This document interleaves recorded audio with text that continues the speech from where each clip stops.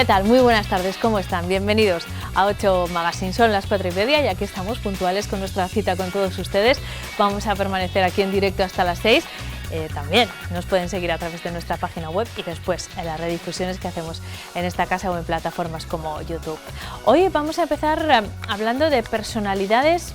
No me atrevo a colocarles un calificativo, pero para que ustedes sepan por dónde van los tiros, vamos a hablar, por ejemplo, de Trump, de Putin o de Georgina Rodríguez. Lo vamos a hacer con nuestro experto, con Fernando Pérez del Río, doctor en psicología, con quien vamos a abordar las personalidades de estas personas y su relación con su origen y con su cultura, la sociedad en la que viven. Además, en 8 Magazine vamos a celebrar los 20 años del Foro Tender Puentes.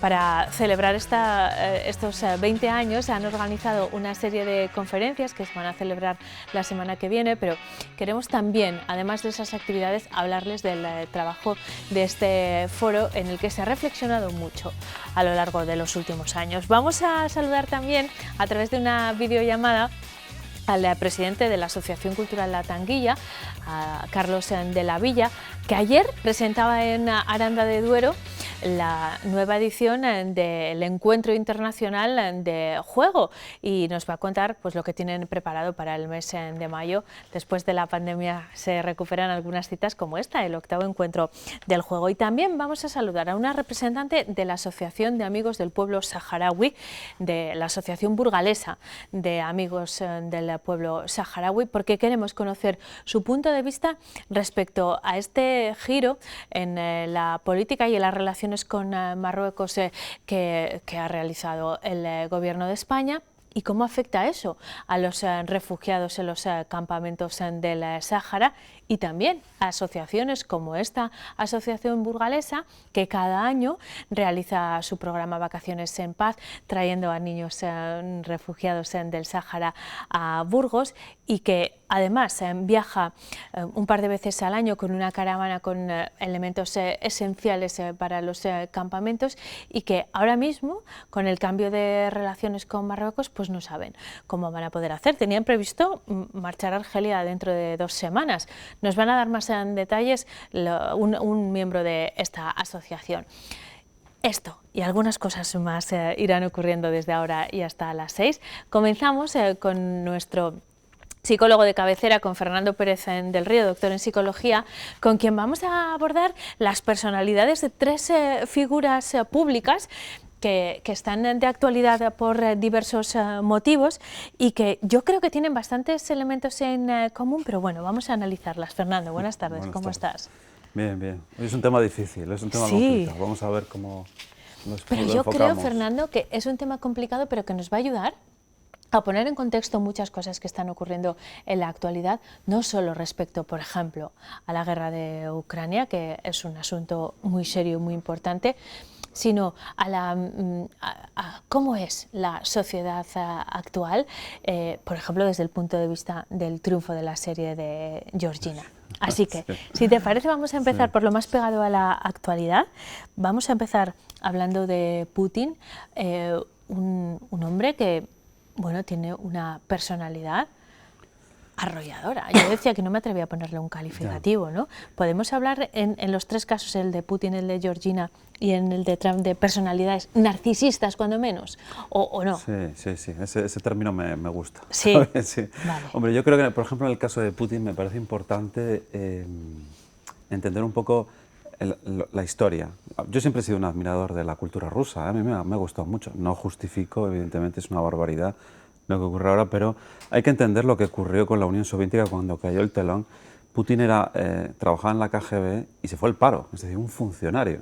No sé, cualquiera que sea funcionario que entienda que se queda sin trabajo, o sea, tuvo que quemar las cosas, tuvo que... Trabajaba en el servicio secreto, por si algún joven telespectador no sabe lo que es la KGB, porque nosotros en nuestros tiempos estaba de actualidad, pero este es el servicio secreto de entonces la Unión Soviética, vamos, que era, no exactamente, pero bueno, tuvo una época en la que fue espía, ¿no? Claro. Y esto a mí me parece muy importante y refleja un poco el pueblo ruso es un pueblo orgulloso, muy orgulloso. O sea, esto hay que tenerlo claro. Y se sintió tremendamente humillado, ¿no? Esto es un poco lo que quiero explicar. Y Putin al final representa esta cuestión de volver a ese orgullo, por eso tiene tanto apoyo, entre otras cosas, ¿no? Pero, por ejemplo, una persona como Putin, que se queda en el paro, ve a su país humillado, después fue sustituto de Boris Yeltsin, que era un borracho. O sea, toda esta cuestión que vive me parece muy importante, ¿no? Hay una especie, como una mezcla entre el resentimiento de ser humillado y otra cosa, el orgullo de pertenecer a un país, a una cultura que pues está tirada por los suelos un poco durante tantos años, ¿no? Y yo creo que ahí está el éxito y es un reflejo un poco a mí me parece un poco el espejo de lo que ocurre en el país, ¿no? De lo que sienten ellos y cómo se han sentido, ¿no? Porque ellos siempre se han sentido humillados y despreciados antes de la guerra de Ucrania por el Donbass, ¿no? Que su pueblo era el perseguido, ¿no? Y eso es un poco lo que reclaman, ¿no? Y hay que entenderlo un poco, esta personalidad. Después yo creo que, dicho esto, Putin es una persona fría, calculadora, que se ha dicho tantas veces, y respondería un poco a la sociopatía, ¿no? a esta personalidad, ¿no? Claro, yo no puedo decir esto, es un poco arriesgado en el sentido de que tendría que entrevistarle, tendría que pasar test, pruebas diagnósticas, y no lo he hecho, es un juicio lo que estoy haciendo, es una hipótesis, ¿no? Pero bueno, si tenemos toda la evidencia y tuviéramos que decir algo, iría por ahí. Para que la gente lo entienda un poco, son personas que sutilmente se van haciendo con el poder. Es decir, si uno trabaja en una ONG, en el funcionario, en una empresa, es gente que poco a poco va eliminando de malas formas o de buenas, o al cabo de un mes, al cabo de un año, a sus adversarios, va aglutinando todo el poder y al final, de hecho, lo que dicen de los líderes que le han conocido es que se ha aislado, se ha quedado fuera de la realidad, ¿no? Lo decía Merkel, ¿no? Dice, este hombre es del siglo pasado o cada vez está más aislado, como decía Macron, ¿no? Pero es muy interesante estos comentarios que hacen porque es lo que les pasa, se quedan solos, ¿no? Con una minoría, se aíslan de los demás, ¿no? Se van...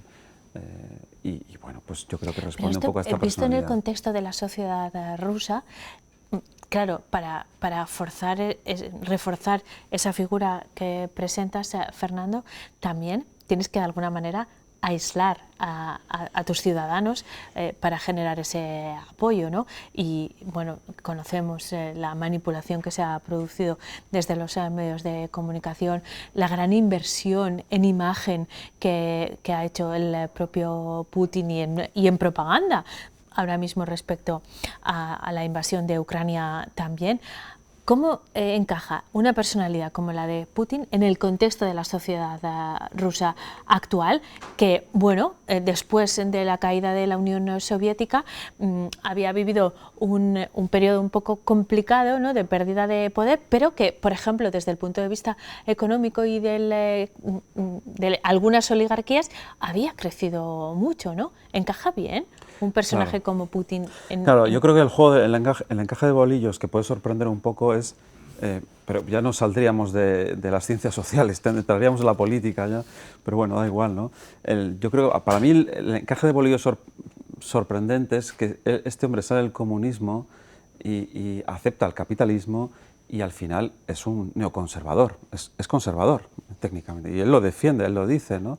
¿Cómo ha hecho ese giro? Y le ha salido, bueno, le ha salido bien, y los movimientos que ha hecho son controlar a los oligarcas, controlar a la Iglesia, o sea, se ha aliado con la Iglesia, cosa que antes no existía con el comunismo, ¿no? Él ha hecho ese encaje y yo creo que tiene más apoyos del que nosotros desde Occidente pensamos, ¿no? Es decir, tiene apoyos, tiene países árabes, tiene Irán, tiene China, tiene sus medios de comunicación y ha sabido jugárselo y ha sabido tejer su tela de araña, ¿no? Pero yo creo que responde también a estas personalidades que son muy frías, muy calculadoras, y responde a esta cuestión de devolver el orgullo al pueblo ruso. Yo creo que esto es fundamental, ¿no?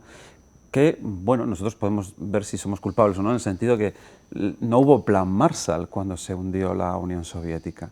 Yo he hablado con rusos de aquella generación, después de Gorbachev, que te cuentan cosas escandalosas, o sea, dices, ¿cómo es posible? O sea, gente que era ingeniera y que después de Gorbachev no había nada, no había empresa privada.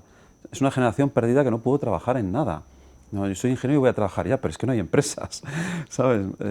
Y tienen nuestra edad y nunca han trabajado de lo suyo porque todo se hundió, ¿no?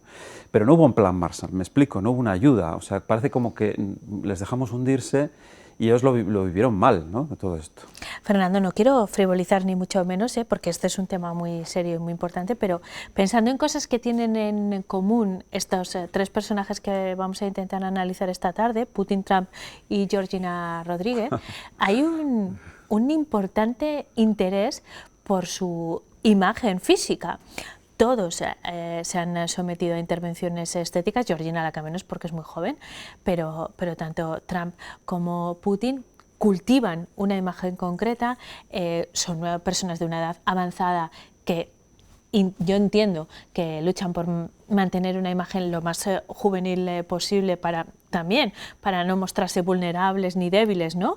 Y para eso han recurrido a la cirugía estética, bueno, a lo que haya sido necesario. Tienen eso en común. Sí. ¿Es por eso? Sí, sí. ¿Es para reforzar? Claro, yo creo que hay que hacer también esta lectura social y actual de la época del hiperindividualismo, ¿no?, que hemos hablado alguna vez, sí, pero yo creo que es muy importante. Es decir, es la cultura, tú hablas con cualquier joven de hoy en día y ¿qué hace? Mirar horas el Instagram. ¿Qué es el Instagram? Es la imagen, la cultura del cuerpo, de la imagen, y no hay mucho texto, tienen otra forma de leer, ¿no? Entonces, estas personas tienen en común esta cuestión por la imagen. En Trump es el famoso Twitter de Trump, que ahora se ha creado otra red social él solo. Y bueno, yo creo que habría matices diferenciadores, ¿no? Pero el caso de Georgina es más claro, ¿no? No, claro, que Georgina ha entendido cómo funciona Instagram, eso está clarísimo. Yo creo que no hay que reírse de Georgina, no hay que frivolizar con ella, en el sentido de que es muy interesante analizarlo, lo que esta mujer... Vamos con Georgina. Vamos a analizar. Es una mujer que ha saltado a la escena pública a través de su relación con el futbolista Cristiano Ronaldo, si todos seguro que la conocen, pero bueno, que ella tenía un origen muy humilde, se había formado como bailarina, pero en realidad la conoció en una tienda de moda, de una marca de lujo, trabajando como dependiente, y a partir de ahí ha tenido una carrera como muchas mujeres de futbolistas, por otro lado, que esto tiene una lectura de género interesante, también en la que igual hoy no podemos entrar, pero tiene millones de seguidores en Instagram y hasta le han hecho una serie propia en Netflix, explicando un poco su ascenso público y su estilo de vida, que se basa en lo que ves, como decías. Yo creo que has hecho un resumen perfecto, mucha imagen y poco texto. ¿No? Sí, claro, cuando la gente intelectual habla de esta mujer, como que se ríe de ella, se la desprecia, es como que la quieres o la odias, ¿no? Entonces, hay un debate ahí. Pero yo creo que claro, lo interesante es analizar cómo es posible que este discurso tenga 30 millones de seguidores, ¿no? A mí es lo que me llama la atención. Entonces, ¿qué es lo que hay detrás? Es una mujer que se ha formado en el cuerpo. Era bailarina, bueno, el pasado pobre, humilde, da igual, que decir que al final ella ha sido ambiciosa, tiene un tipo de inteligencia intuitivo para llegar a donde va, pero ¿qué es lo que representa? Representa esta cuestión clásica de los cuentos, para mí. O sea, es el beso del príncipe que la llega y la despierta, y del Cristiano Ronaldo, y que ella es como el escaparate de él, ¿no? Y es la madre, ella ocupa la madre de los otros hijos de él, ¿no? Bueno, y después también, a lo que voy, que me parece importante, es el triunfo del cuerpo. Ese modelo, pero el triunfo del cuerpo ya lo habían hecho las Kardashian, por ejemplo, de una forma mucho más autónoma. Es decir, son ellas las protagonistas y las que explotan ese perfil, no como consortes de nadie. Efectivamente, ¿no? Eso es lo diferente. Yo creo que Georgina introduce la familia. Es un análisis que podríamos verlo, ¿no? Es decir, eso es lo diferente. Y también yo creo que hay algo de la huida o no pensar en la pobreza, en el miedo a la pobreza, en el miedo que todos tenemos ese riesgo, ¿no? Entonces, es esa fantasía de que con el Instagram, con la imagen, es un cuerpo que hoy día es aceptado, porque o es el cuerpo que cambian las modas, quiero decir, que es un cuerpo que ahora mismo pues gusta, ¿no? Entonces, bueno, representa todo esto, representa que con la imagen se puede triunfar, puedes llegar, puedes tener familia, etcétera, etcétera. ¿Y hay algo de identificación ahí, Fernando, entre el público que sigue a Georgina y la imagen que da, desde el punto de vista de, bueno, cualquiera en realidad podría Claro. llegar aquí. Llegan pocos, bueno, se tienen que dar unas circunstancias, pero es posible, ¿no? O sea, Georgina marca esa diferencia, como pasó en su momento con Belén Esteban, que era un personaje muy popular, Sí. con el que se identificaba muchísima gente de la misma clase social, con las mismas circunstancias educativas, económicas. Yo creo que hay un punto, algo que deberíamos explicar, y es que en un momento, no sé muy bien, yo diría que fue con los primeros Gran Hermano, pero seguramente fue antes, que se separa el prestigio de la fama, ¿no? Para mí eso es clave, o sea, antes el famoso sabía algo, como por ejemplo salías en La Clave, un programa muy antiguo y... Sí, bueno, tenías una profesión. Efectivamente, tenías una profesión, tenías un saber, sabías algo y tenías fama. Pero en un momento se separa el prestigio de la fama. Es decir, no hace falta tener prestigio para ser famoso. ¿Me explico? Simplemente con salir en Gran Hermano eres famoso y no haces nada. No tocas la guitarra, no vas a las castañuelas. Yo lo dijo una de Gran Hermano, que no me acuerdo el nombre ni me da igual, y lo dijo una chica, dice, me siento halagada y orgullosa de haber sido escogida, porque era todo. Ella no hacía nada, no tenía habilidades, no cantaba, simplemente era el estar, el verse. Entonces, yo creo que hay un momento que se separa esto, el prestigio de la fama, ¿no? Y es muy importante porque vale todo, es como que vale todo, ¿no? Posiblemente sea un proceso más largo. Pero hay muchos, estoy pensando en muchos ejemplos previos, sin profesión, y mirándolo desde una perspectiva de género, muy de consorte, ¿no? Muy de revistas del corazón, que puedes ir desde Isabel Preisler a las princesas europeas que no tienen oficio ni beneficio. Ese era un tipo de popularidad que no tenía nada detrás. Yo quiero ver, viene de atrás, o sea, no es de ahora, es decir, yo creo que viene de más antiguo. Lo que pasa es que para mí el hecho del Gran Hermano es el punto ese de inflexión donde ya como que estalla, ¿no? Entonces viene el Sálvame, todos estos programas. Sí, sí, la incorporación de la tele también, porque una cosa son las revistas, el propio canal, ¿no? Me parece apasionante este tema, pero quiero hablar de Trump también, Fernando, que ahora está en una situación, no voy a decir fuera de foco, porque nunca está fuera de foco, estuvo en el foco antes de ser presidente de los Estados Unidos y lo seguirá estando porque lo busca, entre otras cuestiones. Pero bueno, hace 4 años hubiese sido el primero de esta lista sin duda ninguna, ¿no? Sí, sí, sí. Para mí Trump, bueno, insisto que esto es un juicio, no se debe hacer, o sea, es una hipótesis sobre una realidad que hacemos pues para entenderlo, ¿no? Y hay una teoría psicoanalítica que me gustaba mucho, que diferencia el narcisismo primario del secundario. El narcisismo primario es el del niño, que no no tiene límites con la madre, ¿no? Entonces, yo creo que Trump estaría por ahí, ¿no? Es una persona que no tiene límite ninguno en nada, que hace lo que piensa, dice lo primero que le escribe en Twitter y es capaz de saltar el Capitolio en un país como Estados Unidos. Es una verdadera, bueno, o promoverlo, ¿no? Es una verdadera locura, ¿no? Y además en Estados Unidos muchas veces la han representado como un niño mimado, ¿no? Yo creo que esa cuestión, es un narcisista, evidentemente, un enorme narcisista que se le antoja, pero se la ha representado como un niño pequeño y yo creo que es cierto, va por ahí, o sea, es esa ausencia de límites de alguien que lo ha tenido todo, ¿no? Consentido, ¿no? Que se decía mimado, cuando éramos pequeños. O sea, bueno, y después creo que detrás también hay un contexto social, ¿no? Que hablábamos de también una cultura muy narcisista, la de Estados Unidos, muy individualista y que encaja muy bien con esto de hacer lo que me dé la gana, tengo mi pistola, defiendo mi finca. Y muy del éxito económico, ¿no? Y muy del éxito económico, claro. Yo creo que son personalidades que encajan con su entorno y con su cultura, ¿no? Que a lo mejor en otro momento histórico no encajan, ¿no? Pero que en este caso es lo mismo, ¿no?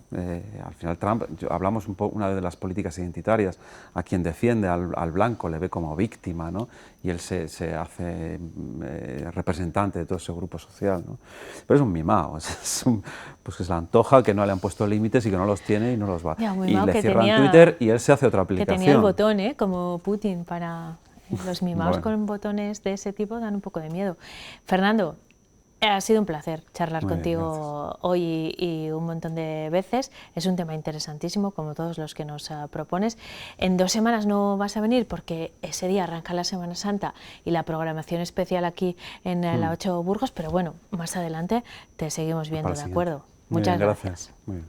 En 8 Magazine vamos a cambiar completamente de asunto. Vamos a poner un poco de literatura para reflexionar sobre estas cuestiones que hemos abordado con Fernando, y lo vamos a hacer a través de un certamen literario. Ayer se entregaron los premios del concurso literario de la Fundación Silos. Se presentó el libro que recoge estos trabajos, Beatriz y otros relatos, y allí estuvo mi compañera Sandra Martínez. Adelante.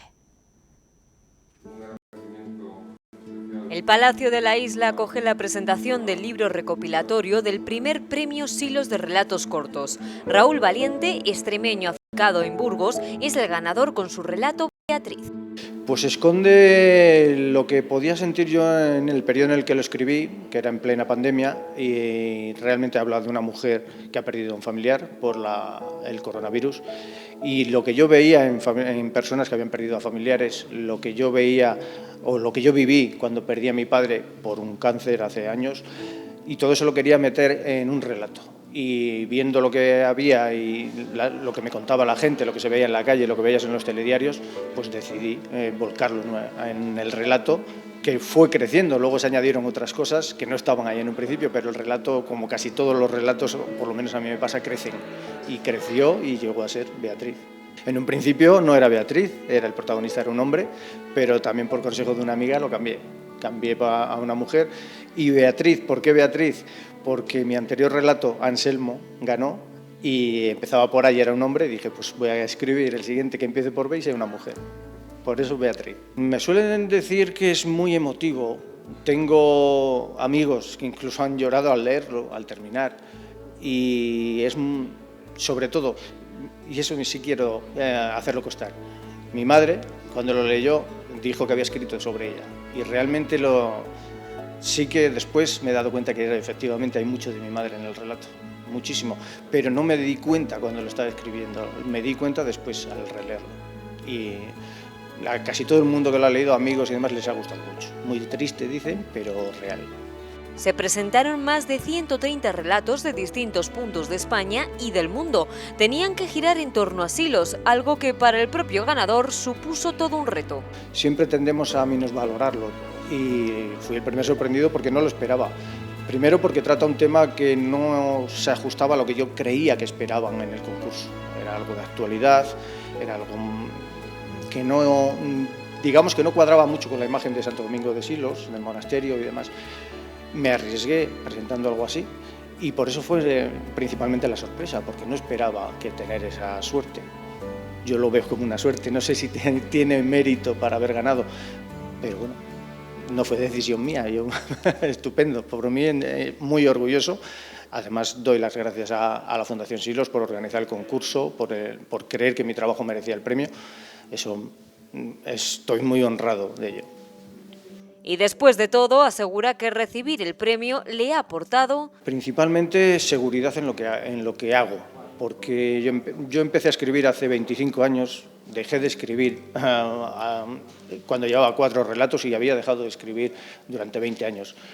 Y rescaté algún relato de ese periodo, lo presenté por probar en algún concurso, tuve suerte, gané un par de años seguidos en el mismo certamen con relatos viejos.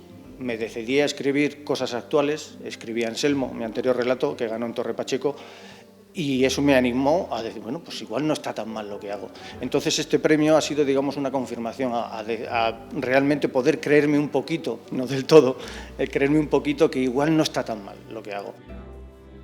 El libro recoge los 6 relatos finalistas, entre ellos el de la escritora Mar Sancho, con su relato Cielos de Silos. Se inspiró en el entorno y también en algún momento en concreto, como por ejemplo en el rodaje de películas, y nos asegura que Cielos de Silos podría ser un relato perdido de su último libro, La insensata vida de los santos. Y estoy esperando desentrañar esos otros relatos que creo que dan distintas perspectivas, algunas más actuales, otras más remotas en el tiempo, y creo que va a ser una miscelánea interesante para leer y para descubrir, y estoy deseosa de hacerlo. No solo creo que debe continuar, sino que he visto que ya han publicado las bases de la segunda edición, y es buena esa perseverancia. Hubo un número importante de participantes, 145 en la edición anterior, y seguro que va creciendo y que va divulgando el certamen, por una parte, y por otra parte, la actividad de la Fundación Silos con todo lo que conlleva. Y para la nueva edición, estos son los consejos de algunos de los protagonistas de la primera. Para empezar y para escribir sobre Silos, no inspirarse en la distancia. No les instaría a que apelen a la imaginación de un lugar que no conocen, sino que se acerquen a Silos, que vivan la experiencia y que después escriban su relato, sea el primero o sea uno de muchos. Que se anime, que escriba, porque independientemente de que pueda ganar algún premio o no, el rato que se escribe es divertido. Las correcciones no, después las correcciones son muy pesadas, pero lo que es escribir es divertido, es entretenido. Yo al escribir he descubierto cosas mías que si las sabía no era consciente de ellas y me he dado cuenta al verlas en un papel. Y te ayuda a descubrirte, te ayuda a crear cosas que luego te hacen sentirte orgulloso cuando alguien lo lee y dice, oye, pues me ha encantado, o me tenías enganchado, o qué triste, me has hecho llorar. Quieres que no, eso te hace sentir bien. Aquí a todos nos gusta un halago, ¿no? Y por lo menos esa confirmación de que no estará tan mal cuando ha podido ganar algún concurso, pues el que se quiera animar, que escriba y que prueben concursos, que no pasa nada porque te lo devuelvan o porque no sepas nada y hayas mandado 40 y... Mi anterior relato, Anselmo, ganó cuando lo había presentado a 49 concursos y nunca ganó, y ganó en el 50. O sea que prueben. 4 minutos para las 5 de la tarde y seguimos en directo en 8 Magazine. En los próximos minutos quiero hablarles del foro Tender Puentes de Burgos, que cumple 20 años. Con este motivo han organizado una serie de actividades, concretamente 3 charlas que se van a producir la semana que viene, martes, miércoles y jueves, aunque en realidad esta es la dinámica habitual del foro, que a lo largo de estas 2 décadas pues, ha intentado crear un foro de debate, un diálogo democrático a través de citas como con las que va a celebrar su 20 aniversario. Quiero decir que no es algo excepcional para el foro Tender Puentes esas citas, pero sí es excepcional cumplir 20 años y queremos celebrarlo con ellos, por supuesto. Me acompaña un miembro de este foro Tender Puentes, José María Elena. ¿Qué tal? Buenas tardes. Hola, buenas tardes. 20 años que estoy segura han pasado volando, pero que han servido de mucho y sobre todo de mucho diálogo, que al final era lo que pretendíais, ¿no? Este foro Tender Puentes nace con ese objetivo. Vamos a contar un poco su historia, su origen. Sí, pues gracias por la invitación. El foro Tender Puentes nace un poco, había alguna experiencia previa en el País Vasco de diálogo entre creyentes y activistas políticos de la izquierda. Y esa es la necesidad, digamos, que cubre un poco el foro Tender Puentes. Es una iniciativa de Manuel Plaza, que dirige el Centro Ignacio Ellacuría en Burgos, jesuita muy reconocido, y él pone en marcha esa iniciativa en Burgos desde la parte de los creyentes, haciendo una invitación a activistas políticos de la izquierda, ¿no? Tratando de establecer ese diálogo entre izquierda social y política y creyentes. Y así arranca la andadura del foro Tender Puentes hace 20 años y no se ha detenido a lo largo de este periodo, ni mucho menos, ¿no? ¿Qué ha ocurrido a lo largo de estos 20 años? Bueno, pues han ocurrido muchas cosas. Prácticamente al inicio de la andadura de Tender Puentes surge la guerra de Irak. Si hacemos un poco de memoria, creo que en torno al 2003. El foro empieza su andadura en el 2002. Y nos encontramos con la guerra de Irak inicialmente, después con los atentados del 11M en Atocha, en Madrid. Luego hemos tenido una crisis económica en el 2008, hemos tenido el movimiento 15M, hemos tenido una pandemia, ETA se ha disuelto, ha acabado el terrorismo en España y bueno, ahora nos encontramos con la guerra de Ucrania, ¿no? Parece que cerramos un poco el círculo entre guerra y guerra, ¿no? La verdad es que has enumerado algunas citas que han cambiado a la sociedad desde muchos puntos de vista, así que me parece especialmente interesante que haya sido tema de diálogo, porque todas esas cuestiones se han abordado en el foro y otras muchas. Correcto, efectivamente. Digamos que esos son algunos de los acontecimientos más importantes que han atravesado la vida social de este país y sobre los que, digamos, el Foro Tender Puentes ha reflexionado. El foro nace, digamos, como un espacio de reflexión, de diálogo, de análisis sosegado, un poco, digamos, no urgido por la urgencia, valga la redundancia, de los acontecimientos, digamos que no respondemos inmediatamente a las cuestiones y podemos debatir y podemos analizar, digamos, la realidad social con perspectiva, ¿no? Yo creo que esa mirada larga caracteriza al foro y desde luego ha sido muy enriquecedor, ¿no? Como tú decías, ha habido varios acontecimientos importantes y bueno, han marcado un poco la vida política del país, ¿no? Estamos hablando más, por lo que nos estás contando, de reflexión que de debate, ¿no? Del análisis sosegado posterior. Correcto, sí, de determinados acontecimientos. ¿Lo vais a hacer también sobre vuestra propia trayectoria? Las citas que habéis programado para la semana que viene, 20 años tendiendo puentes, se van a realizar en las jornadas del martes, miércoles y jueves en el Salón Rojo del Teatro Principal, las 3, a las 7:30 de la tarde, pero con temas diferentes. Vais a empezar el martes con una mesa redonda en la que vais a ocuparos de Burgos y de las diferencias sociales, entiendo que en estos 20 años, José María. Bueno, hay, digamos, tres ejes sobre los que el Foro Tender Puentes ha centrado, digamos, toda esa reflexión y este diálogo, ¿no? Uno de ellos fundamental es la cuestión de la desigualdad y la justicia social, ¿no? Y la exclusión social. Y sobre ese eje precisamente es sobre el que volvemos en estas jornadas, ¿no? Bueno, no sé, perdona, la pregunta era... primera es sobre la mesa redonda, sí, que vais a realizar. El título es Las diferencias sociales en Burgos, y te preguntaba sobre desigualdad, efectivamente. si vais a hablar de las diferencias que se han generado y cómo se ha transformado la sociedad burgalesa en estos 20 años. Sí, esa mesa es de carácter local, los 4 intervinientes tienen mucha experiencia en el ámbito local. Participa, lo tengo por aquí la chuleta, participa Yo te ayudo, Isabel Olazagoitia, que trabaja en Atalaya, es hija de la Caridad, sí. Tiene mucha experiencia en migración, efectivamente. Participa Sonia Rodríguez, que es la presidenta de la Gerencia Municipal de Servicios Sociales, y además ella ha trabajado mucho tiempo en Burgos Acoge, sí, o sea que tiene mucha experiencia en ese ámbito. Fermín González, que es delegado de la Pastoral Penitenciaria, que trabaja con mucha marginalidad en ese campo, y Javier García Cadiñanos, que es párroco del barrio de Gamonal, que, digamos, tiene mucha experiencia con la desigualdad y la exclusión social, sobre todo en esos barrios que se nota mucho más, ¿no? La desigualdad también va a ser el tema de la cita del miércoles, las brechas de la desigualdad, que... Bueno, hemos aprendido, por ejemplo, en este periodo de pandemia, que esas brechas pueden ser muy distintas. Puede haber brechas económicas, sin duda, como ha ocurrido desde siempre, pero también brechas digitales que incrementan la exclusión en algunos casos. Hay que, en estos 20 años también, hay que añadir nuevos factores, ¿no?, al diálogo y a la reflexión.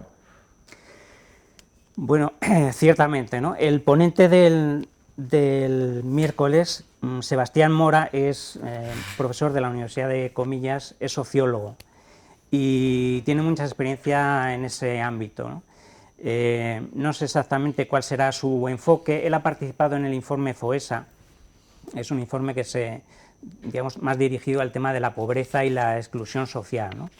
Pero ese tipo de pobreza arrastra otras muchas pobrezas, ¿no? Porque arrastra el tema de la educación, porque generalmente tienen distintas oportunidades en educación las familias, en acceso a los bienes culturales y, por supuesto, a la tecnología y a las redes sociales, etcétera, etcétera, ¿no? O sea, que no es solo una brecha económica, pero esa determina otras muchas más brechas, desde luego. La última cita es el jueves, día 31, el título es 20 años tendiendo puentes. ¿Vais a reflexionar sobre la trayectoria de Tendiendo Puentes o de qué va a tratar esta sesión? Bueno, Carlos García de Andoain es una persona muy interesante.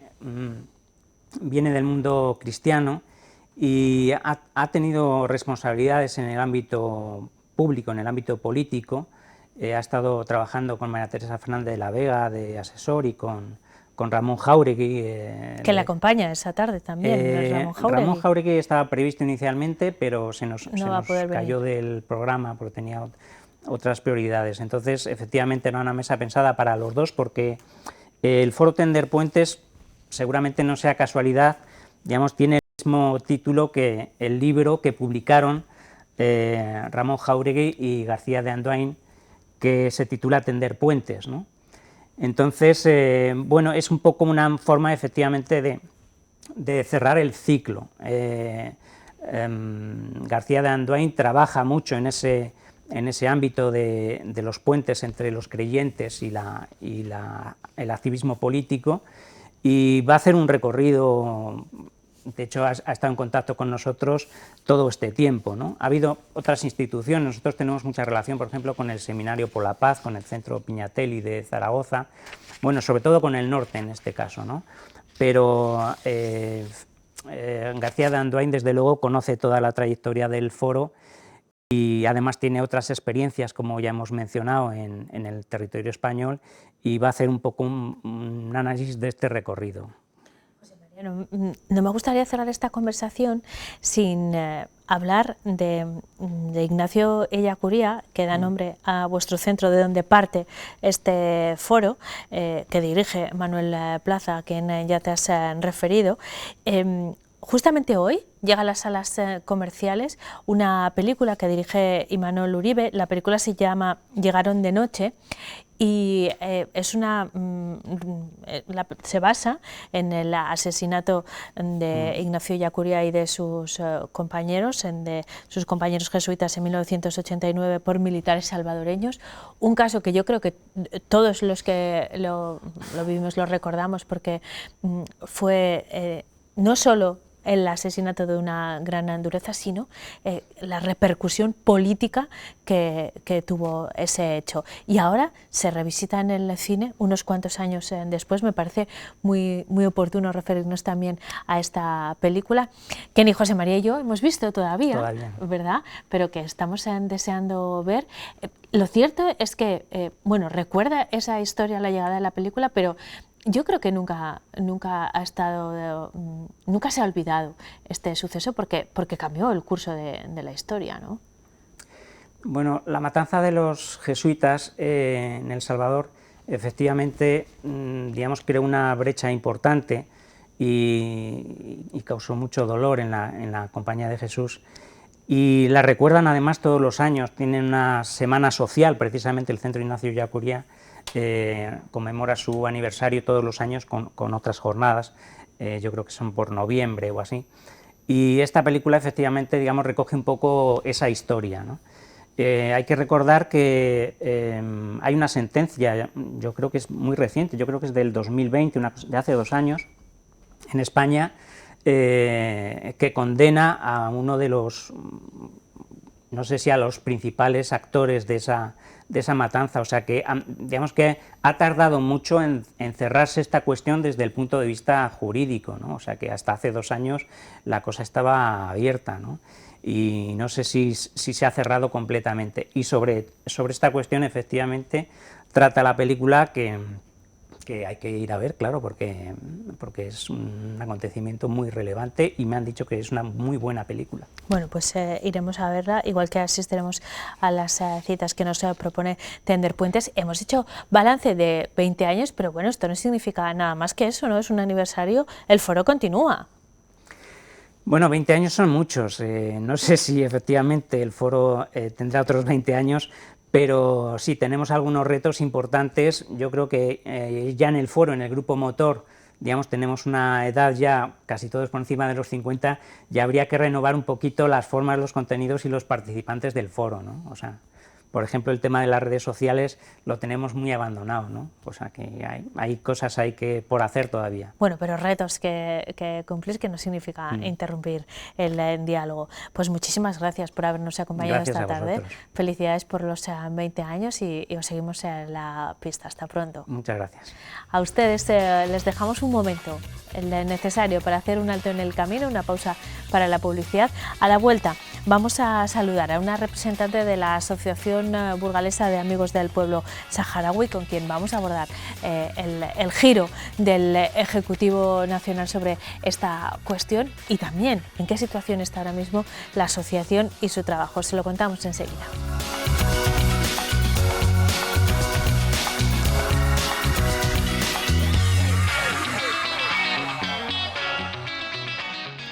Son las 5:15 y a esta hora seguimos en directo en 8 Magazine. Vamos a abordar la cuestión del Sáhara y lo vamos a hacer a través del punto de vista de la Asociación Burgalesa de Amigos del Pueblo Saharaui. Me acompaña uno de sus miembros, Marian Rocandio, que está en Miranda, por eso la saludamos a través de una videollamada de Zoom. ¿Qué tal, Marian? Buenas tardes. Hola, buenas tardes, Eneca. Pues bien, encantada de poder estar aquí y dar voz al pueblo saharaui. Nosotros estamos muy interesados en conocer vuestro punto de vista y también cómo ha recibido el pueblo saharaui, con quien vosotros estáis en permanente contacto, este cambio de rumbo político y también institucional que ha decidido esta semana el gobierno. Para quienes no estén muy familiarizados con la situación de los saharauis, que ahora mismo y desde hace 40 y tantos años viven en campamentos de refugiados en el desierto, ellos esperaban, y así lo reconoce por otro lado la legislación internacional, un referéndum de autodeterminación. Esta decisión que hasta ahora los gobiernos españoles han apoyado cambia y el gobierno ha llegado a un acuerdo con Marruecos para que el pueblo saharaui se convierta, simplificando mucho la historia, en una especie de estatuto de autonomía, como las autonomías que tenemos en España, que dependa del Reino de Marruecos. Ahora mismo los saharauis están en Argelia, así que esto no tiene nada que ver con la postura que se había defendido hasta ahora. Marian, lo he resumido mucho, ¿tú lo puedes explicar un poco mejor? Bueno, pues sí, en realidad la comunidad saharaui, el pueblo saharaui, toda digamos que la población civil española pro-saharaui, que luchamos y defendemos la autonomía y el referéndum del pueblo saharaui.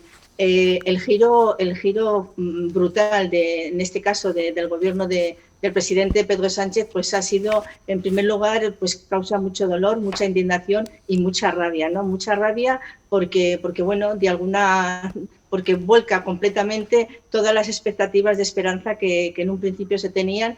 Y bueno, con esta propuesta del rey de Mohamed VI de Marruecos, lo que dice es pues que sea una autonomía, que el Sáhara Occidental sea una autonomía dentro de Marruecos, con un gobierno que ahora mismo está torturando, asesinando y violando todos los derechos humanos contra el pueblo saharaui. Eso es lo que pretende. Causa mucho dolor, indignación, como te he dicho, pero sobre todo, o sea, se salta toda la legalidad internacional y elude todas las responsabilidades políticas que España tiene como potencia administradora, que es del Sáhara Occidental. Entonces, bueno, pues se sienten engañados y doblemente traicionados pues en este caso por el Partido Socialista, evidentemente, ¿no? Que, bueno, pues de una forma también unilateral, como ya se conoce y se conoce en todos los medios, que bueno, este giro que ha dado y que ha cedido una vez más al chantaje de Marruecos. Marian, hemos explicado que el pueblo saharaui lo que pide es un referéndum de autodeterminación, que sean ellos mismos quienes decidan cuál va a ser su futuro. Esto, hasta este cambio, era una cuestión apoyada por la comunidad internacional. A raíz de la decisión del actual gobierno, algunas instituciones como la Unión Europea de alguna manera se ha alineado también con el gobierno de España. ¿Qué lectura hacéis de esto? ¿A qué se debe ese cambio de postura? Tú decías que ha accedido al chantaje de Marruecos. ¿Tiene algo que ver el hecho de, bueno, primero de que las relaciones diplomáticas entre España y Marruecos estuviesen interrumpidas y después el contexto internacional respecto, por ejemplo, al gas y al petróleo? Bueno, en realidad, bueno, siempre ha tenido, Marruecos siempre en ese sentido ha puesto como la llave que tiene conforme con respecto a la migración, ¿no? Siempre, ya vimos el caso hace 2 años con la cantidad de inmigrantes que mandó el año pasado con el tema cuando ya Brahim Ghali, el presidente del Frente Polisario, estuvo aquí por tema de humanitario, ¿no? Y bueno, pues vimos como realmente, pero no tiene ningún sentido. Te quiero decir que la ONU se establece que bueno, que el conflicto del Sáhara se tiene que dar bajo las resoluciones que se acuerdan en la ONU. Esas resoluciones, la última fue aprobada en octubre del 2021, y en base a esas resoluciones se tiene que llegar a un acuerdo entre las dos partes, Marruecos y el Frente Polisario. Lo que no se puede es tomar una decisión de forma unilateral sin contar, en este caso, como es el Frente Polisario legítimo representante del pueblo saharaui, con lo cual esperemos que este viraje se vuelvan unas negociaciones. El pueblo saharaui es un pueblo que siempre aboga por el diálogo, por la paz, y en ese sentido poder lograr ese referéndum de autodeterminación que así se estableció en 1991 cuando se hizo esa tregua de paz en ese sentido, porque pues sí se estableció la MINURSO, que iba a ser la encargada de llevar a cabo estas resoluciones, y que se tendrían que cumplir y que tenían que ser el objetivo de realmente poder llegar a hacer ese referéndum de autodeterminación, y que fuese el pueblo saharaui quien decidiese evidentemente su futuro, ¿no? Porque solamente es el pueblo saharaui quien lo tiene que decidir. Lo que no pueden hacer ni por una parte ni por otra es obviar y sacarse una ilegalidad que no conviene a ninguna parte y en estos momentos, porque tenemos que recordar también en la situación de guerra que se encuentra en Marruecos y el Frente Polisario, que no por ser una guerra que es menos oída, deja de ser menos dura en este sentido, ¿no? Y yo creo que también ahí hay que tener un poco de ver también cómo hay un rasero completamente distinto, ¿no? Cómo se condena una invasión por parte de Rusia contra Ucrania, y en este caso cómo se apoya, ¿no? Cómo se apoya al rey de Marruecos, que también es un invasor de fuerza armada, contra la población saharaui, porque realmente eso es lo que está pasando, por desgracia, en los territorios ocupados, donde el gobierno marroquí, como he dicho antes, vulnera constantemente los derechos humanos de los saharauis. Marian, me gustaría hablar también de cómo se puede ver afectado vuestro trabajo como asociación y vuestro apoyo al pueblo saharaui por este nuevo contexto. Por ejemplo, estáis en plena campaña de búsqueda de familias para vuestro programa Vacaciones en Paz, que conocemos bien, que divulgamos cada año y por el que un montón de niños saharauis llegan hasta nuestra provincia y hasta España para pasar sus vacaciones con familias de aquí. Hace poco teníais previsto que en un par de semanas saliese de nuevo una caravana humanitaria, como hacéis también a menudo, llevando diverso material a los campamentos de Tinduf. Todas esas cuestiones, ¿en qué punto están ahora?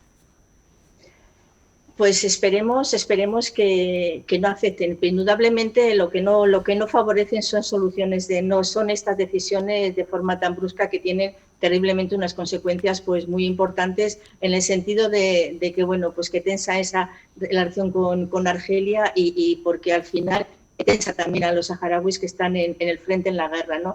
Esperemos que no, porque el programa, la pandemia, estos 2 años de pandemia que por desgracia hemos sufrido a nivel mundial, lógicamente en los campamentos saharauis se ha visto afectado, ¿no? Han sido 2 años sin poder llevar a cabo el programa Vacaciones en Paz, sin poder traer a niños y niñas, y esto ha supuesto que en cuestiones médicas tratamientos se hayan tenido que pararse momentáneamente durante durante este tiempo. Y luego, por supuesto, y luego también muy triste, ¿no?, que niños y niñas que esperábamos que iban a volver al año siguiente, y familias también, pues ha sido esa despedida brusca porque no se ha podido llevar a cabo, ¿no? Entonces, bueno, es necesario que volver a retomar este programa porque es de vital importancia, sobre todo para que los niños y niñas puedan salir del desierto en verano, que están a 55 grados, y bueno, y sobre todo darles esas revisiones médicas periódicas que son tan importantes, y una alimentación adecuada que bueno, que también. Y luego, bueno, pues son nuestros embajadores, pequeños embajadores que nos recuerdan nos recuerdan la situación en la que están, y bueno, estamos en ese proceso, en ese periodo de campaña de buscar familias de acogida.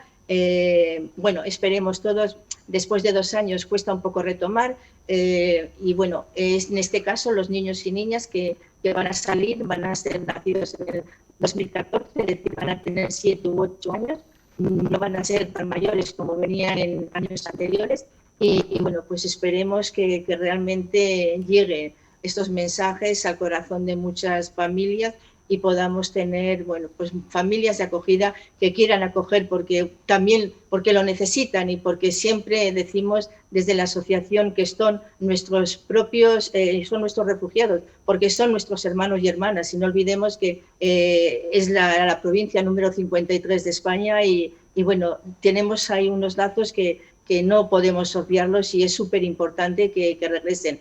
En cuanto al tema de la caravana, es cierto, ya tenemos todo lo que es en los almacenes de la Asociación de Burgos, pues son como 23 toneladas que esperemos darle salida lo antes posible. Sí que se tenía pensado hacerlo antes, pero bueno, están en problemas de si encuentran un barco por los trailers que también es un poco contradictorio porque hemos recibido recientemente un llamamiento urgente de la Media Luna Roja Saharaui donde necesitan hacer un llamamiento para las instituciones, para los gobiernos, para las asociaciones, porque necesitan ayuda humanitaria de forma urgente. Han visto cómo la población infantil tiene muchísima desnutrición, mucha anemia, también entre mujeres embarazadas, y hay una situación muy preocupante. La COVID-19, esta pandemia, se ha sufrido muchísimo en los campamentos. Tenemos que recordar que las fronteras han estado cerradas durante mucho tiempo. Son unas fronteras que no llegaba la ayuda humanitaria, de la que sobreviven prácticamente cerca de 180.000 refugiados en los campamentos. Y bueno, esto se ha ido agravando. La canasta básica cada vez ha ido a menor. Y bueno, pues al final el deterioro en la salud, sobre todo en la población mucho más vulnerable, pues es evidente. Y ese llamamiento pues lo hacen ahora mismo desde la Media Luna Roja Saharaui, porque hay que empezar otra vez a llevar esa ayuda humanitaria tan sumamente importante que necesitan. Y en eso estamos porque tenemos trailers en España que están esperando a que se encuentre una solución de un barco y poder enviarlo lo antes posible. Toda esa solidaridad que de Burgos provincia y de toda España hemos estado trabajando durante unos cuantos meses para que llegue lo antes posible. Marian, pues ojalá consigáis ese barco y pueda llegar todo ese material que habéis recogido, y sobre todo que la situación se clarifique un poco más en los próximos meses, y como poco que esos niños puedan disfrutar de un verano tranquilo aquí. Quiero darte las gracias por habernos atendido esta tarde. Seguimos en contacto porque va a ser sin duda uno de los temas en los próximos meses, así que estoy segura de que charlaremos muy pronto de nuevo sobre esta cuestión. Gracias, Marian, un saludo. Muchas gracias a ti. Un saludo. En 8 Magazine cambiamos de asunto, nos vamos a ocupar ahora de la previsión meteorológica. Vamos a ver cómo se va a portar el tiempo en las próximas horas. Lo consultamos con nuestro experto Daniel Angulo.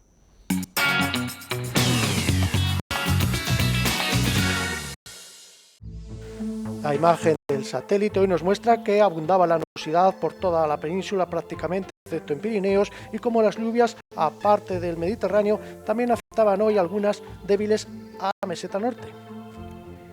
Y en la situación prevista para mañana sábado, el anticiclón de las Islas Británicas se extiende hacia nuestro país, pero en el Mediterráneo van a seguir las lluvias. Habrá nubosidad por la mañana, pero luego por la tarde claros. Ya sin embargo, para el domingo esperamos una situación de tiempo más tranquilo, sin viento como vemos y con subida de temperaturas. Este día las lluvias van a tender a desaparecer, sol sobre todo por el norte y, como digo, un día muy agradable y primaveral. En concreto para nuestra provincia para este sábado 26 de marzo. En el norte algunas neblinas por la mañana y luego cielos poco nubosos, con nubes altas sin importancia. Temperaturas que suben apreciablemente en esta zona, con máximas de 17 grados y mínimas sobre 2-3 grados. También por el Valle del Ebro, el nordeste, Condado de Treviño, La Bureba, tendremos cielos en general poco nubosos, quizás algunas nubes bajas, nieblas por la mañana y luego, como digo, nubes altas sin más. Máximas de 13-14 grados, mínimas de 1 o 2. Más fresco al amanecer que hoy. En el centro y el oeste también nubes bajas, algo de nubosidad por la mañana, que luego irá dando paso a grandes claros según avance el día. Suben las temperaturas mañana al entrar viento sur, máximas de 14-15 grados, mínimas de 3-4 grados. Por el sur habrá más nubosidad. Aquí no se verán tantos claros como en el norte, pero no esperamos lluvias. Las temperaturas, eso sí, tienden a subir. Hoy apenas pasan de los 12 grados en el sur, mañana estarán sobre 13-14 grados, mínimas de 5. Y en la sierra, cielos nubosos por la mañana, claros por la tarde, temperaturas al alza, máximas de hasta 15 grados y mínimas de 3.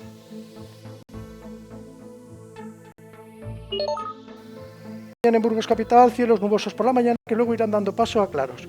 Subirán las temperaturas diurnas, aunque al amanecer hará más fresco. Y el domingo va a ser un día bonito de sol con ambiente muy agradable al mediodía. El lunes también temperaturas suaves pero aumento de nubosidad y el martes llegan las lluvias.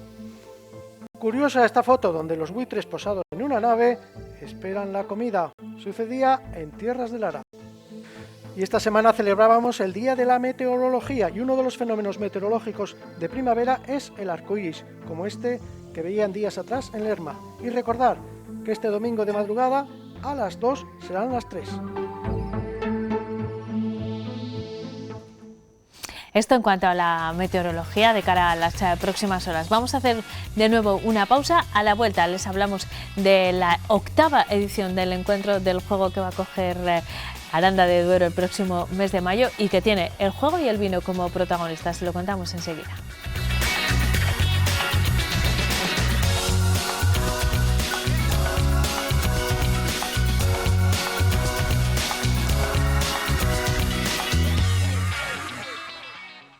Las 5:38, seguimos en 8 Magazine. Vamos a intentar, y lo digo porque estamos teniendo algunos problemas técnicos, ya con María nos ha ocurrido. A veces la calidad de internet pues no nos permite tener una conversación en las mejores condiciones, pero hace un momento hemos conseguido conectar con Carlos de la Villa, que como saben es el presidente de la asociación La Tanguilla y con quien vamos a hablar del 8º encuentro internacional del juego que se va a producir del 12 al 15 de mayo en Aranda de Duero, después del parón forzoso, como en tantas otras cuestiones a causa de la pandemia. Retomamos algunas citas como este encuentro internacional del juego. Carlos, buenas tardes. Hola, buenas tardes. Les decía a nuestros espectadores que estamos realizando esta conexión a través de una videollamada porque tú ahora mismo te encuentras en Vic, no sé si con un tema relacionado con la asociación, supongo que sí, conociéndote. Sí, efectivamente, estoy aquí en el tercer Congreso Mundial del Juego en la Historia. Estamos colaborando y participando activamente en este encuentro con una ponencia y con una exhibición de un juego tan castellano como es la Catedral. Carlos, estás trabajando en cuestiones relacionadas como siempre con el juego, como hacéis desde la Asociación Cultural La Tanguilla, pero ayer mismo presentabais en Aranda una nueva edición, la 8ª ya, de vuestro encuentro internacional de juego que recupera la temática de la cultura y el vino. No podía ser de otra manera porque este año en el que Aranda está celebrando por fin su ciudad europea del vino, pues una cita como esta, que además, bueno, hila muy bien, ¿no? Con el juego y el vino, yo creo que casan muy bien. Vosotros habéis elegido también esa temática. Sí, nosotros el tema de la cultura y el vino siempre lo hemos hermanado mucho. Es un tema que va de la mano, el juego y el vino. De hecho, los juegos tradicionales, sobre todo los de adultos, siempre se han practicado cerca de las tabernas o incluso dentro de las tabernas, ¿no? Nosotros, por ejemplo, en la cultura del juego tradicional tenemos el bolo burgalés y el bolo tres tablones, en los que el objeto del juego antes eran cuartillos de vino. Ahora ya no se juega el vino, pero se siguen jugando los cuartillos, ¿no? Es la unidad de apuesta en el juego de los bolos de Burgos. Y evidentemente, al ser Aranda Ciudad Europea del Vino durante este 2022, que ya era hora, después de 3 intentos, pues nos hemos querido sumar porque no solo es hablar por hablar, es decir, que la cultura y el juego y el vino van de la mano. Es que prácticamente todas las asociaciones con las que estamos hermanados y participan en nuestros encuentros están radicadas en un 99% en zonas con denominación vinícola, con lo cual nos ha sido muy fácil hermanar todos estos asuntos, cultura y vino. Claro que sí, no podía ser de otra manera, como nos decía Carlos. ¿En qué va a consistir? Me imagino que el encuentro reunirá pues, más o menos las mismas actividades y ponencias, porque este es un doble encuentro en el que también se hace una lectura técnica, ¿no?, del juego y otra lúdica, como insisto, no puede ser de otra manera. La edición de este mes de mayo, que es la octava y se va a desarrollar entre los días 12 y 15, ¿qué va a reunir, Carlos? Nosotros tenemos manera, ¿no? Arrancamos siempre con un congreso en el que se presentan ponencias en torno al tema elegido para el congreso, en este caso cultura y vino, y vamos a tener pues ponencias por ejemplo, el juego y el vino, donde están los límites. Tenemos canciones y juegos en las romerías, que siempre van acompañadas de vino. Tenemos una caña de juegos, una ponencia de un experto en temas musicales. Vamos a presentar un juego de mesa que se llama La Viña. Vamos a presentar también una maleta de juegos puesta en marcha por la Consejería de Educación del Gobierno de La Rioja. En fin, vamos a tener muchísimas ponencias. Yo voy a participar con una que es la de juego tradicional como recurso turístico, porque si estamos hablando de turismo y de cultura y vino, evidentemente el enoturismo en las regiones vinícolas de Ribera del Duero y Arlanza pues es un tema que hay que tocarlo sí o sí. Y bueno, pues después del congreso tenemos exhibiciones, talleres, y este año, haciendo honor al nombre del congreso, pues vamos a hacer catas de vino. Catas de vino en diferentes establecimientos que colaboran con nosotros o catas que vamos a hacer multitudinarias en el Polideportivo de Michelin, donde vamos a celebrar el festival del día 14 con vinos de, creo que son unas 20 regiones vinícolas de Europa, de Croacia, Francia, Portugal y España. Vinos del Priorato, vinos de Burdeos, Saint-Emilion, vinos de Oporto, vinos de Galicia, de Priorato, bueno, en fin, muchísimos, ¿no? Y van a ser catas abiertas a la participación de todo el público. Y talleres, evidentemente, talleres de juegos. Por supuesto, talleres de juegos, la presentación de ese juego de mesa que se llama La Viña y que tiene tanto sentido en este contexto, la relación del juego y el vino, las catas, bueno, un montón de actividades bien apetecibles, muy interesantes, sobre las que vamos a volver, porque, Carlos, es difícil mantener la conversación en estas condiciones, así que espero que podamos saludarnos muy pronto y sigamos hablando de este encuentro. Queríamos hacernos eco de que este año sí va a haber Encuentro Internacional de Juego, que alcanza su 8ª edición, que tiene fecha y contenido ya, del 12 al 15 de mayo en Aranda de Duero, y que se une a los actos conmemorativos de esa ciudad europea del vino que está celebrando Aranda de Duero. Así que, Carlos, muchas gracias. Véndelo bien en Vic, que estoy segura de que lo vas a hacer, y nos vemos a la vuelta, ¿vale? Gracias a vosotros. Un saludo, hasta pronto. Cambiamos completamente de asunto. Nos vamos a ir en 8 Magazine a conocer un vehículo muy especial, camperizado, que está tan de moda en este momento y que ha recorrido de cabo a rabo mi compañero Gerardo de Mateo. Adelante.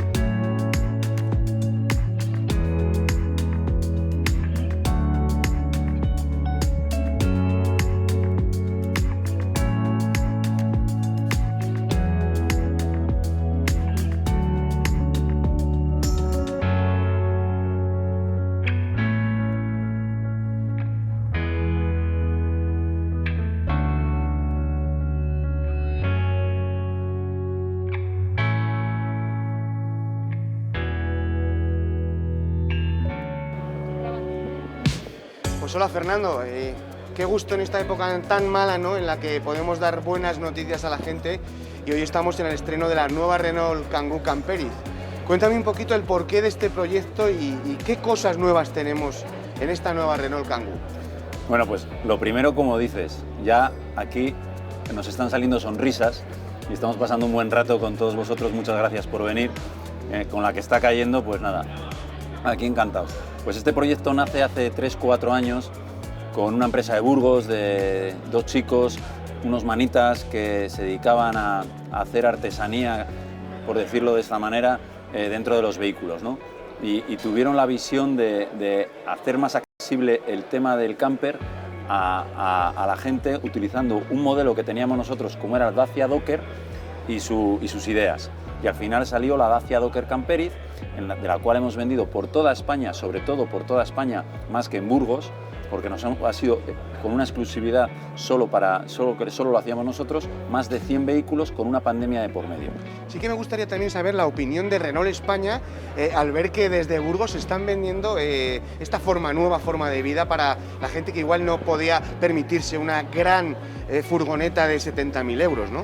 Claro, o sea, nosotros al final somos concesionarios y nos debemos a una marca. Entonces, salirte un poco de la línea editorial, por así decir, del fabricante, pues costó hablarles y decir, oye, vamos a sacar un producto nuevo, lo vamos a homologar, vamos a sacar la ITV, y dice, coño, pero eso, lo de los productos los hacemos nosotros. Bueno, nosotros lo vamos a vestir. Entonces nos costó convencer a Dacia, nos costó conseguir unidades, porque ya era una época también que además Dacia está vendiendo mucho. Dacia es líder del mercado a particulares, con el Dacia Sandero. Y entonces pues había escasez de vehículos y nosotros conseguimos esa pelea con el fabricante de conseguir vehículos para Camperiz para poder hacerlo. O sea, nos costó. ¿Qué cambios vamos a tener desde hace 4 años a hoy? Supongo que ha evolucionado mucho también el mundo de la camperización, está de moda, hay que decirlo, sí, más que hace 4 años.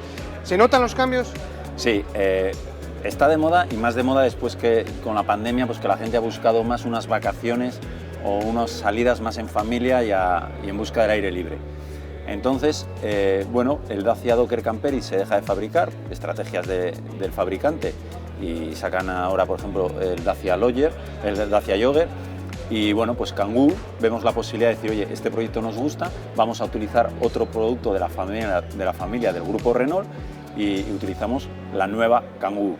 Es un vehículo más alto de gama, que se incrementa un poquito el precio, pero ya tienes un concepto más de turismo, con faros LEDs, con sensores, con otro tipo de equipamientos que a lo mejor en el Dacia Docker no teníamos. Quizá lo más importante es que ahora puedes vivir fuera de la Renault Kangoo, sentarte como estás tú ahora, sí. Si llueve tienes posibilidad de hacer vida fuera también de la furgoneta.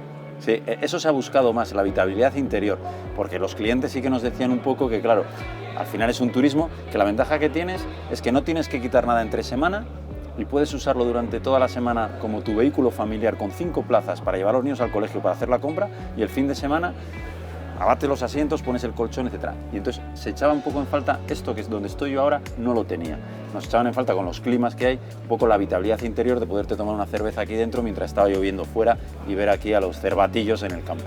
Tenemos, como antes, incluso más cosas, depósito de agua, frigoríficos, posibilidades de calefacciones, habitáculos por todos los sitios, almacenaje. Sí, sí, todo. Portaesquís, el cofre, que es una cosa que viene muy bien, o sea, el toldo, cocinas, batería esta, como dices, para la calefacción, cortinillas, todo lo que quieras. Igual alguien que nos está viendo dice, sí, claro, ¿y ahora cuánto? Por mucho menos de lo que se imagina usted, como dirían los anuncios, ¿no? Exactamente, porque la transformación del vehículo, o sea, la Kangoo podemos decir que está en unos 24.000, 23.000, 24.000 euros, sin nada. Una Kangoo que quieras tú, combi, con tus asientos y tal. Le metemos esta transformación, llave en mano, con la ITV pasada. Como turismo, no como turismo, furgoneta. Como turismo. 4.000 y pico euros más, unos 28.000 euros te llevas esta maravilla. Que está muy bien de precio, ¿no? Yo creo que sí.